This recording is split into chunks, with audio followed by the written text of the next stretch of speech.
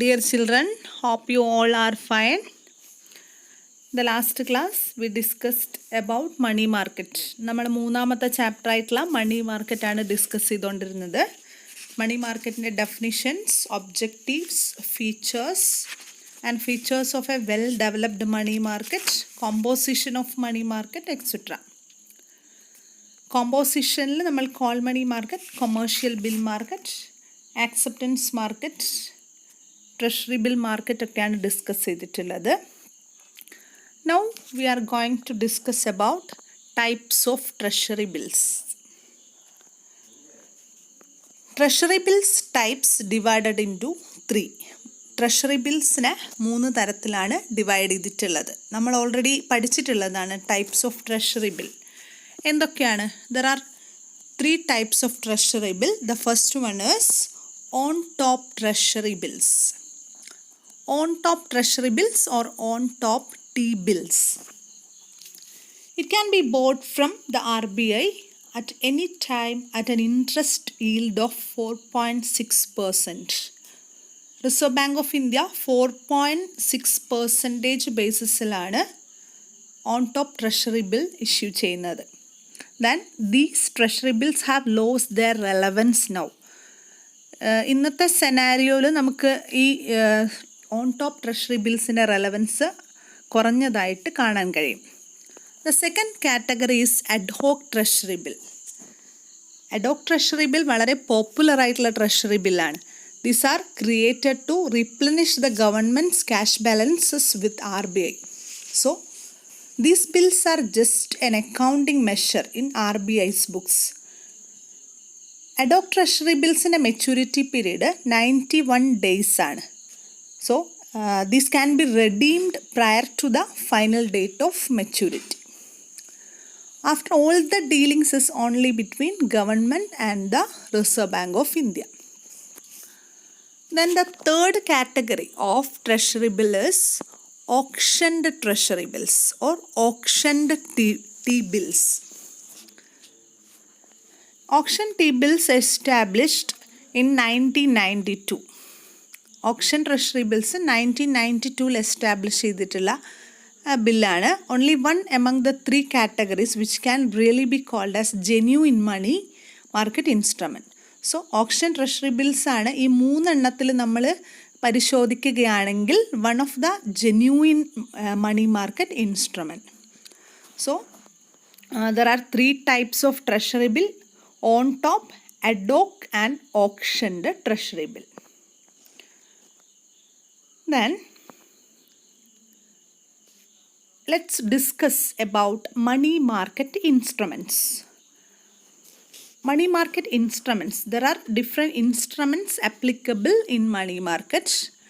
The main money market instruments are money at call and short notice, treasury bills, commercial bills, commercial papers. Commercial papers are also known as CP. Then certificate of deposits, interbank participation. Interbank participation is also known as IBP. Repo instruments and BA, bankers acceptance. So these are the most popular money market instruments.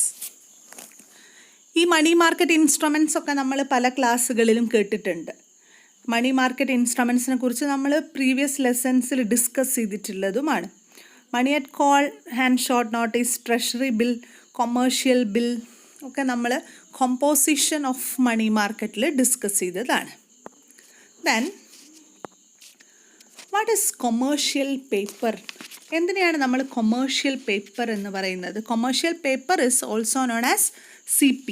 What is commercial paper? Commercial paper is a short-term money market instrument. Commercial paper is a short-term money market instrument.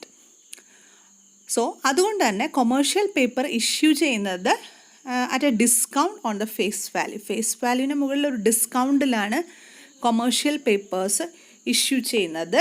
And it can be issued only by financially sound business entities. Financial strength ഉള്ള financially reputed ആയിട്ടുള്ള organisations ആണ് commercial paper പോലുള്ള securities issue ചെയ്യുന്നത്. Than it is N instrument four financing working capital requirements. So once more, commercial paper is a short-term money market instrument and it is always issued at a discount on the face value. Then financially sound entities are commercial paper handling another. Then it is an instrument for financing working capital requirements.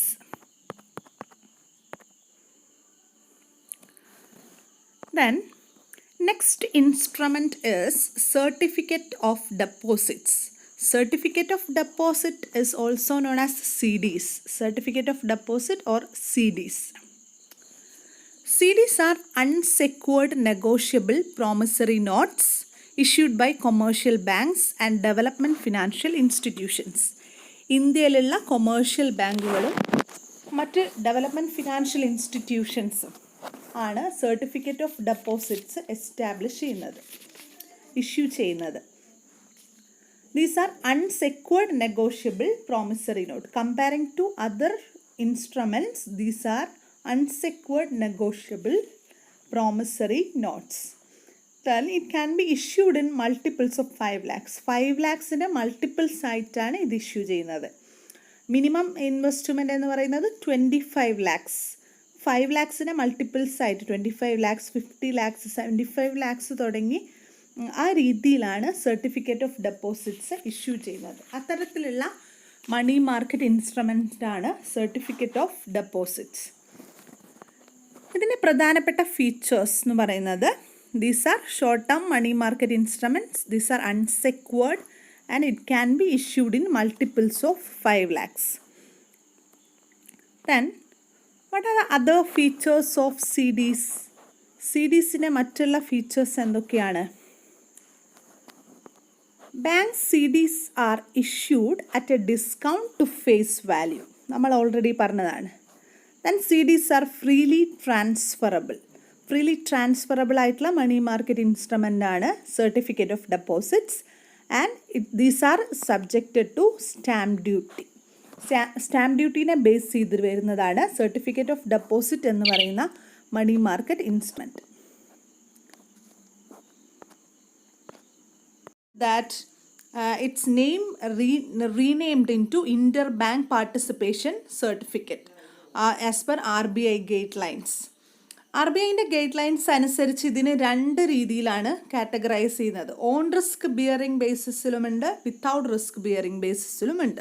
അപ്പോൾ risk bearing ബേസിസിലുമുള്ള inter bank participation certificate ഉണ്ട്, അതേപോലെ without risk ബേസിലുള്ള inter bank participation സർട്ടിഫിക്കറ്റും ഉണ്ട്. ഇത് 91 days മുതൽ 180 days വരെയുള്ള ഇൻസ്ട്രുമെൻ്റ് ആയിട്ടാണ് ഇഷ്യൂ ചെയ്യുന്നത്. So inter bank participation certificate mainly applied for reducing the problems, financial problems or liquidity problems in between banks or other institutions. Then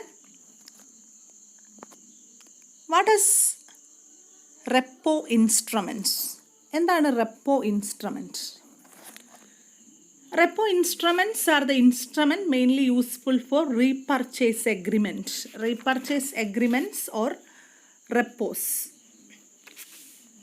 When one party sells a security to another party with an agreement to buy it back at a specified time and price, and at that time repo were useful. So, repurchase agreements or repos arise when party sells a security to another party. ഒരു party ഒരു security മറ്റൊരു പാർട്ടിക്ക് sale ചെയ്യുമ്പോൾ ആണ് ഈ ഒരു repo agreement useful ആകുന്നത്. For example, bank X or bank X needs a short term fund. Bank എക്സിന് ഒരു ഷോർട്ട് ടേം ഫണ്ട് ആവശ്യമായി വന്നു. Then bank Y wants to make a short term investment. Bank വൈക്ക് ഒരു ഷോർട്ട് ടേം ഇൻവെസ്റ്റ്മെൻറ്റ് ക്രിയേറ്റ് ചെയ്യാനായിട്ടും താല്പര്യമുണ്ട്. Bank X sells securities to bank Y at a certain price and simultaneously agree to repurchase the same security after a specified time. So bank X short term funds create ചെയ്യാനുള്ള ആവശ്യകതയുണ്ട്. Bank വൈക്ക് ഒരു fund investment. റെപ്പോന് ഒരു example പറയാം. Bank A needs a short term funds and bank B wants to make a short term investment. Bank എക്ക് ഒരു short term fund ആവശ്യമായിട്ടുണ്ട്. Bank B ഒരു short term investment ആണ് ബാങ്ക് ബിക്ക് ആവശ്യമായിട്ടുള്ളത്. At that time bank A sells securities to bank B. Bank A അതിൻ്റെ securities bank ബിക്ക് ഒരു എഗ്രിമെൻറ്റിൻ്റെ ബേസിസിൽ നൽകാൻ തയ്യാറാകുന്നു. എഗ്രിമെൻ്റ് എന്താണെന്ന് വെച്ചാൽ ഒരു പെർട്ടിക്കുലർ പീരീഡ് ഓഫ് ടൈം അല്ലെങ്കിൽ ആഫ്റ്റർ എ സ്പെസിഫൈഡ് ടൈം ഈ നൽകിയിട്ടുള്ള സെക്യൂരിറ്റി റീപർച്ചേസ് ചെയ്യാനുള്ള എഗ്രിമെൻ്റാണ് ബാങ്ക് എയും ബാങ്ക് ബിയും തമ്മിൽ ഉണ്ടാക്കുന്നത്. ഇത്തരം എഗ്രിമെൻറ്റ്സിനെയാണ് റെപ്പോ അല്ലെങ്കിൽ റീപർച്ചേസ് എഗ്രിമെൻറ്റ്സ് എന്ന് പറയുന്നത്. So, repurchase agreements or repos arise when party sells a securities to another party with an agreement. Okay.